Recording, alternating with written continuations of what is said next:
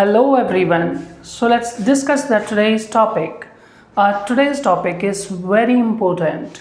एक और नई फीलिंग के साथ एक और नए हम टॉपिक के साथ आज हैं यहाँ पर, और आज हम बातचीत करने वाले हैं एक ऐसे टॉपिक के बारे में जिसकी आप लोगों को बहुत ज़्यादा ज़रूरत है।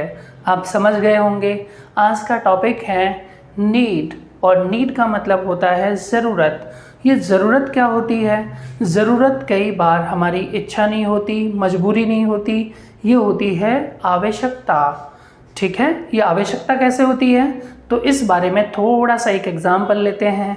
जैसे हमारे एक पड़ोसी हैं एंड ही इज़ वर्किंग, वो काम करते हैं श्रीमान पोस्ट ऑफिस के अंदर, और वहाँ पर एक लेटर आया उनके काम के दौरान, और उसमें लिखा हुआ था कि सभी पोस्ट ऑफिस को कंप्यूटराइज किया जा रहा है।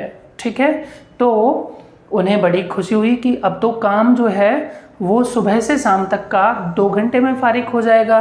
लेकिन नीचे एक लाइन और लिखी हुई थी श्रीमान, लिखा हुआ था कि जिन लोगों को कंप्यूटर आता है वही जॉब कर पाएंगे, बाकी अपना रिज़ाइन दे सकते हैं, कोई और जॉब फाइंड आउट कर सकते हैं। तो इस लाइन को सुन करके हमारे जो पड़ोसी हैं उन्हें बड़ा दुख पहुंचा कि जी अब बताइए, 55 की एज में 3-4 साल उनके बचे हुए हैं, और इस टाइम पर वो बताइए कंप्यूटर सीखें या फिर रिटायर हो जाएं।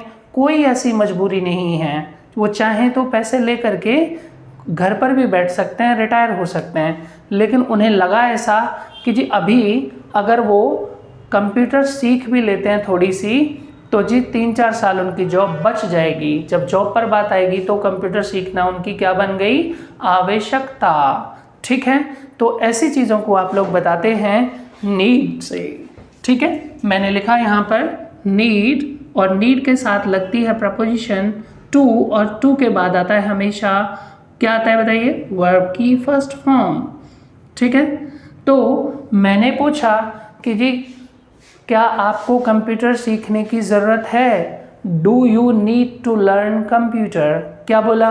Do you need to learn computer. तो कह रहे हैं कि जी बहुत अच्छा रहेगा अगर मैं थोड़ा सा सीख लूँ तो ठीक रहेगा। Do you need to LEARN learn computer. ठीक है, क्या आपको कंप्यूटर सीखने की ज़रूरत है? तो उन्होंने मुझे पॉजिटिवली आंसर दिया आई नीड, कि मुझे ज़रूरत है टू लर्न कंप्यूटर, मुझे कंप्यूटर सीखने की ज़रूरत है। ठीक है, ऐसे ही उन्हें लगा कि जी ऐसा क्यों कर रहे हैं, अभी तो काफ़ी सब कुछ ठीक ठाक चल रहा है, तो कह रहे हैं जी बहुत ज़्यादा पैसा नहीं कमाना, लेकिन मुझे 2 वक्त का खाना तो बहुत अच्छा मिले, सब कुछ इसके लिए जो मैं कर रहा हूँ, बहुत ज़्यादा नहीं कमाना लेकिन बहुत ऐसा जिससे गुजारा चल जाए, उसे बोलते हैं लाइवलीहुड। ठीक है, तो मुझे इतना कमाना है। I need to earn livelihood, I need to earn livelihood, इस तरीके से बता सकते हैं। इसके बाद मैंने जैसे आपसे पूछ लूँ कि जी क्या आपको इंग्लिश सीखने की ज़रूरत है? Do you need to learn English? क्या बोलेंगे? Do you need to learn English. तो आप बता सकते हैं उसे ज़रूरत है, तो ही नीड्स। क्या उसे ज़रूरत है?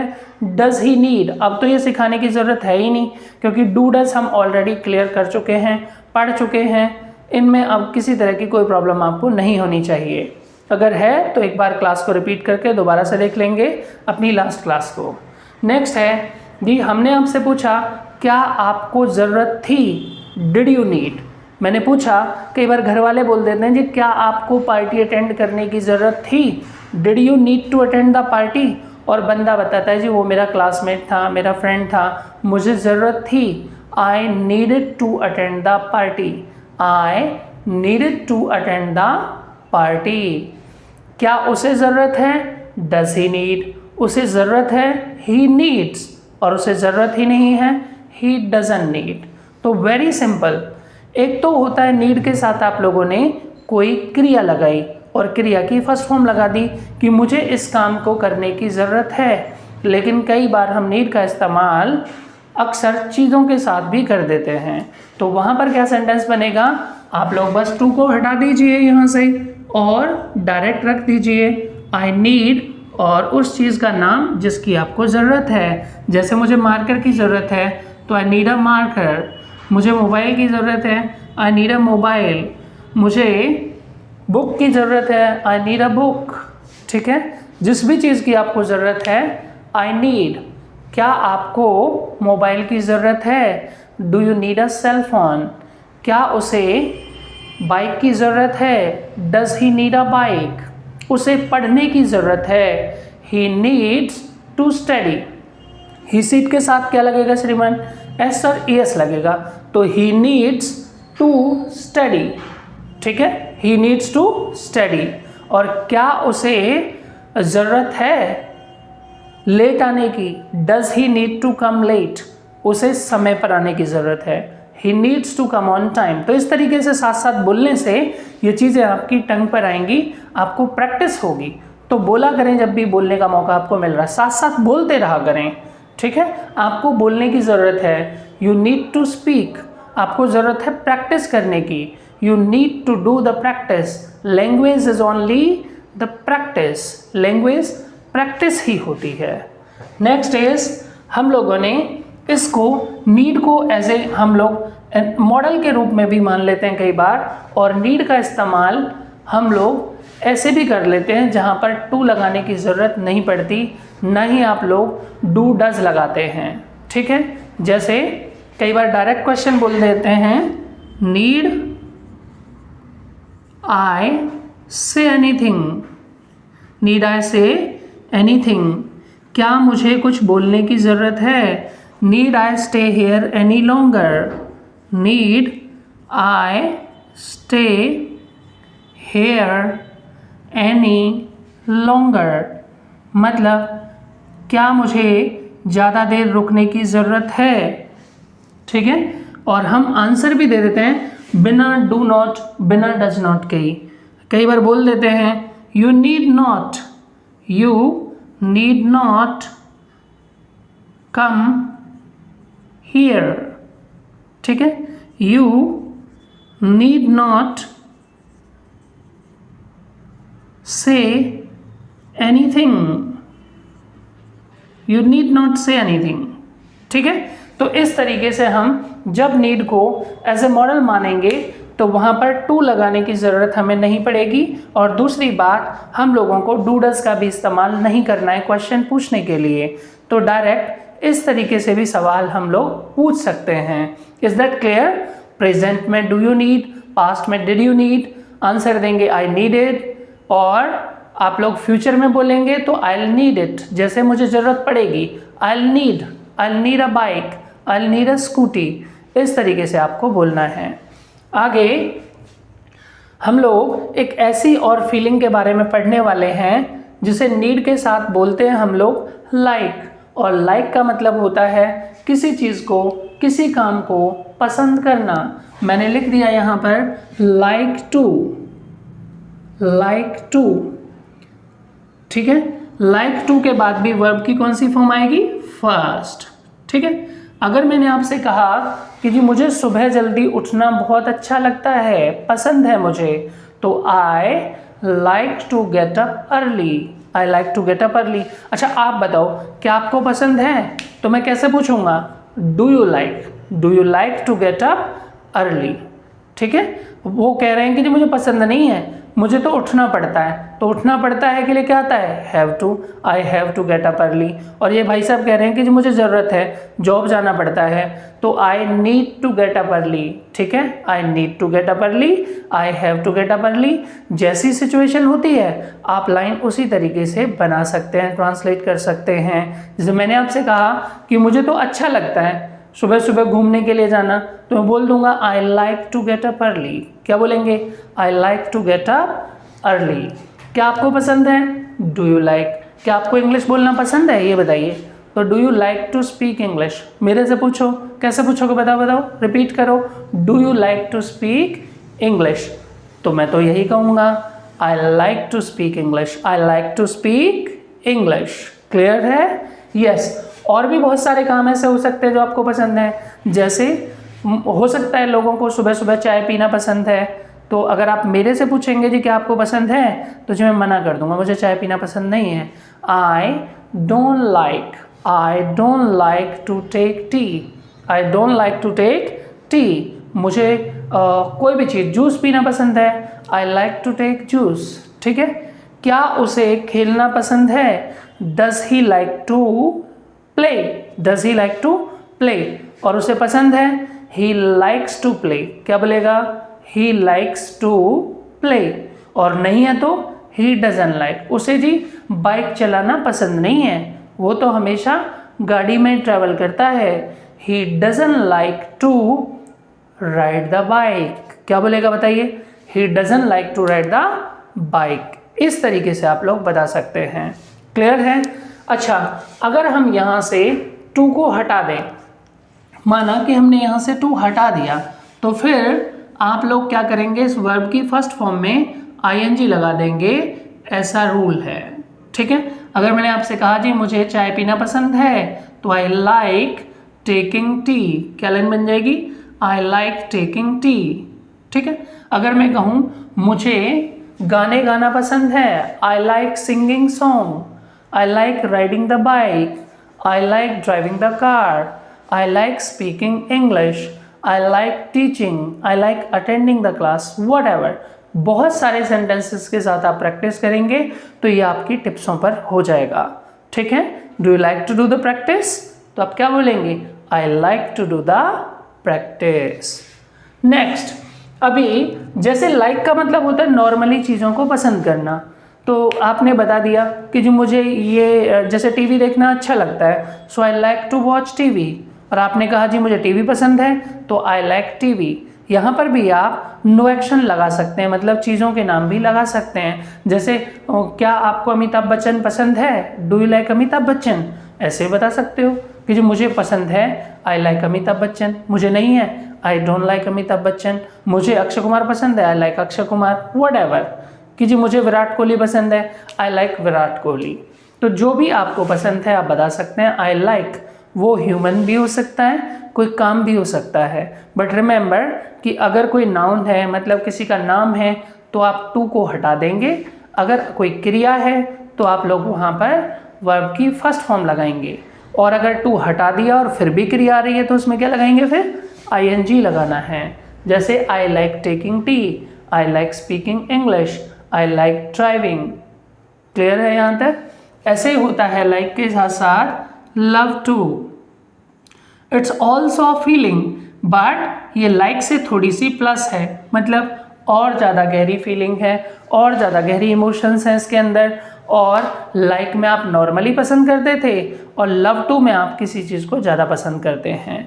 जैसे लता मंगेशकर, आपने नाम तो सुना होगा, अभी मुझे गाना पसंद है लेकिन उसके बराबर थोड़े ना है, सी लव्स सिंगिंग, उसने तो अपना प्रोफेशन ही बना लिया। ठीक है। तो ऐसा कोई भी काम जो करना आपको नॉर्मल से ज़्यादा अच्छा लगता है, हो सकता है वो आपकी हॉबी हो, तो आप बता सकते हैं आई लव।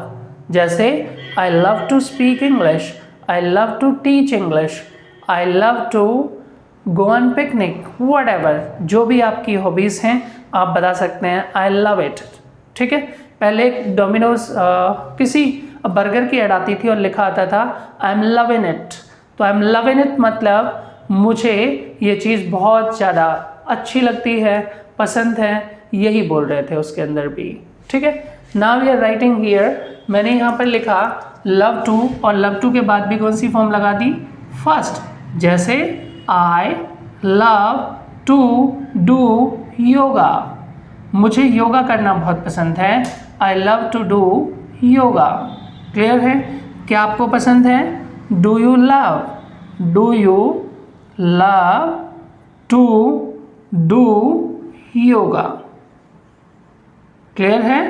क्या आपको इंग्लिश बोलना पसंद है, do you love to speak English, और मुझे पसंद है I love to speak English.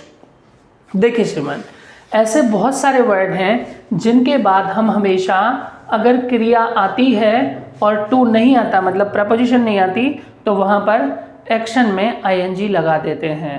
ठीक है। मतलब जीरन लगा देते हैं, आईएनजी लगा देते हैं।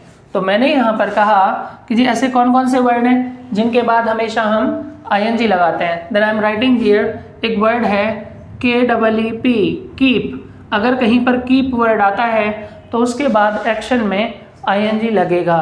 जैसे कीप राइटिंग, लिखते रहिए, कीप स्टैंडिंग, खड़े रहिए, कीप स्माइलिंग, मुस्कुराते रहिए। आपको ऑलरेडी पता है ये कि कीप के बाद क्या आता है, एक्शन में ing आता है। Second word is called stop. अगर स्टॉप वर्ड कहीं पर आता है तो इसके बाद जब एक्शन आएगा तो उसमें भी ing लगाना है आपको। जैसे stop writing, stop dancing, stop driving, stop speaking, इस तरीके से आप बता सकते हैं। स्टॉप एब्यूजिंग, क्लियर है?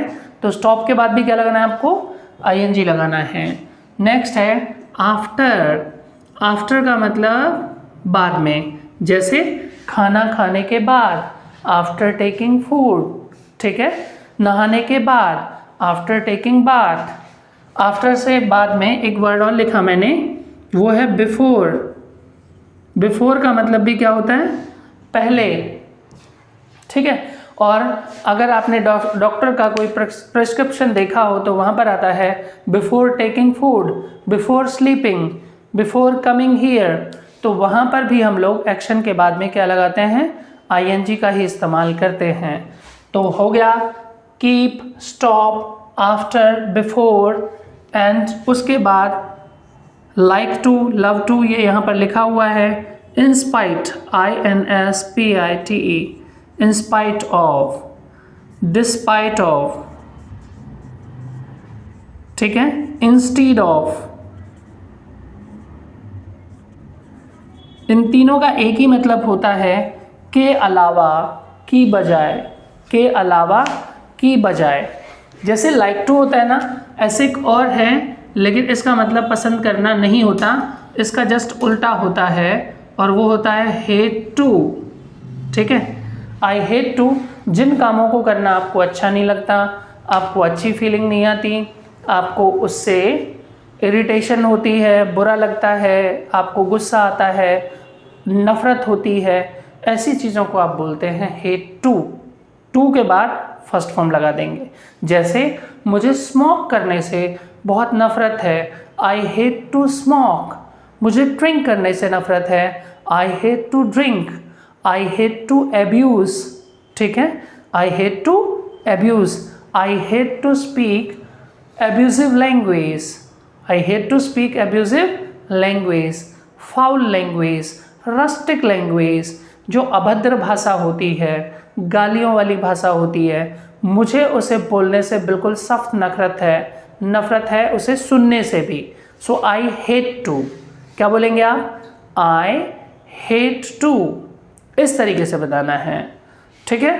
तो अभी हमने क्या क्या पढ़ा है, need to, love to and like to. कुछ शब्द देख लेते हैं हम जिनसे हम लोगों को प्रैक्टिस करनी है, सेंटेंस बनाने हैं और आपकी वोकेबलरी भी थोड़ी सी इम्प्रूव हो जाएगी। So let's study some words.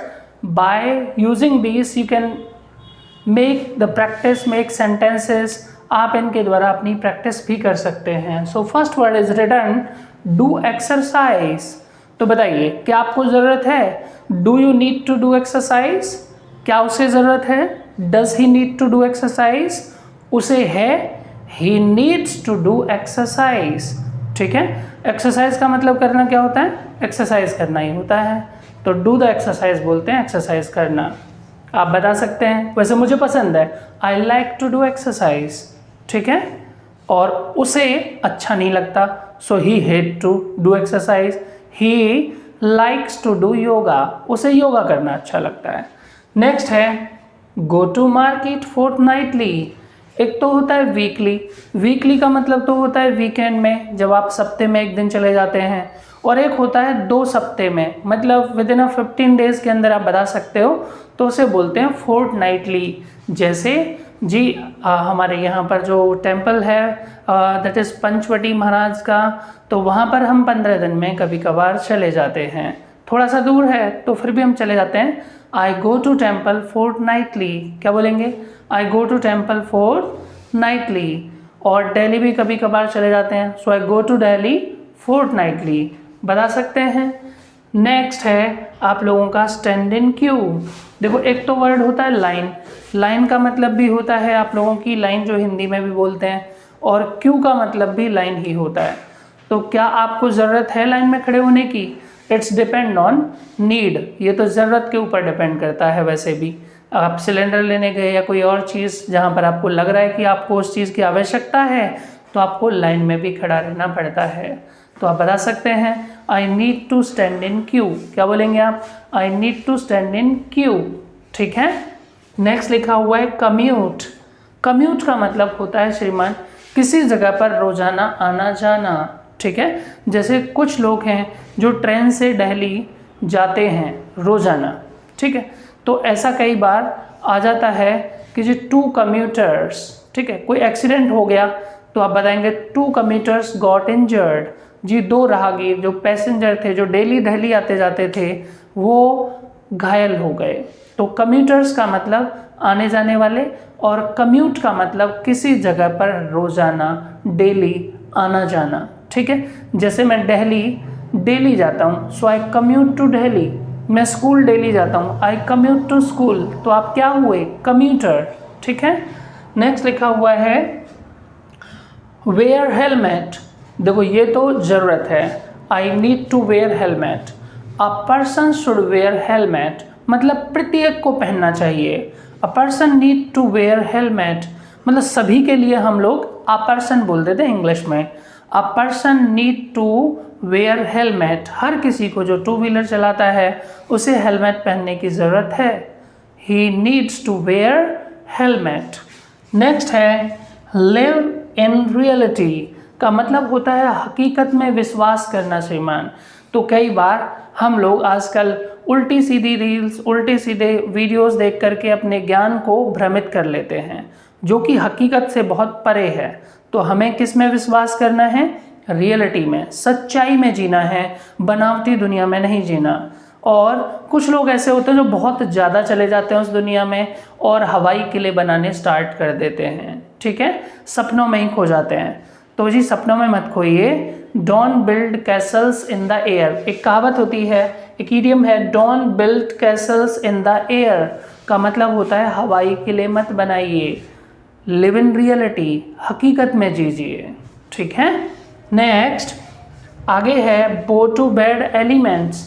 बो टू बैड एलिमेंट्स का मतलब होता है श्रीमान झुकना, और बैड एलिमेंट्स बुरे लोगों के सामने। ठीक है। तो क्या ज़रूरत है बुरे लोगों के सामने झुकने की? बिल्कुल कोई ज़रूरत नहीं है। मैं तो भगवान के अलावा किसी के सामने नहीं झुकता। आई बो टू नन, देखो यहाँ पर लिखा हुआ है I bow to none except God. Except का मतलब के अलावा, की बजाय। ठीक है। तो आई bow to none except God, मैं भगवान के अलावा किसी के सामने नहीं झुकता। इस तरीके से आप लोग बता सकते हैं। नेक्स्ट है keep a pet. Keep a पेट का मतलब पेट रखना। बहुत सारे लोगों को पसंद है ना आजकल, डॉगी वगैरह रख लेते हैं। अलग अलग अपने अपने शौक़ हैं, तो जो भी आपको पसंद हो तो आप इनकी प्रैक्टिस कर सकते हैं श्रीमान। कम से कम 10 मिनट्स तो आप लोगों को एक दूसरे से कम्युनिकेट करना है। तो आप ऐसा भी कर सकते हैं, तो अभी क्लास फिनिश होने के बाद आप एक दूसरे से 5-10 मिनट बोलें, need to, love to, like to, तो फिर ये आपके माइंड में कहीं ना कहीं ठहर जाएगी, आप इसे बोल पाएंगे। ठीक है। सो इसी तरह की क्लासेस के लिए बने रहिए हमारे साथ। Thank you.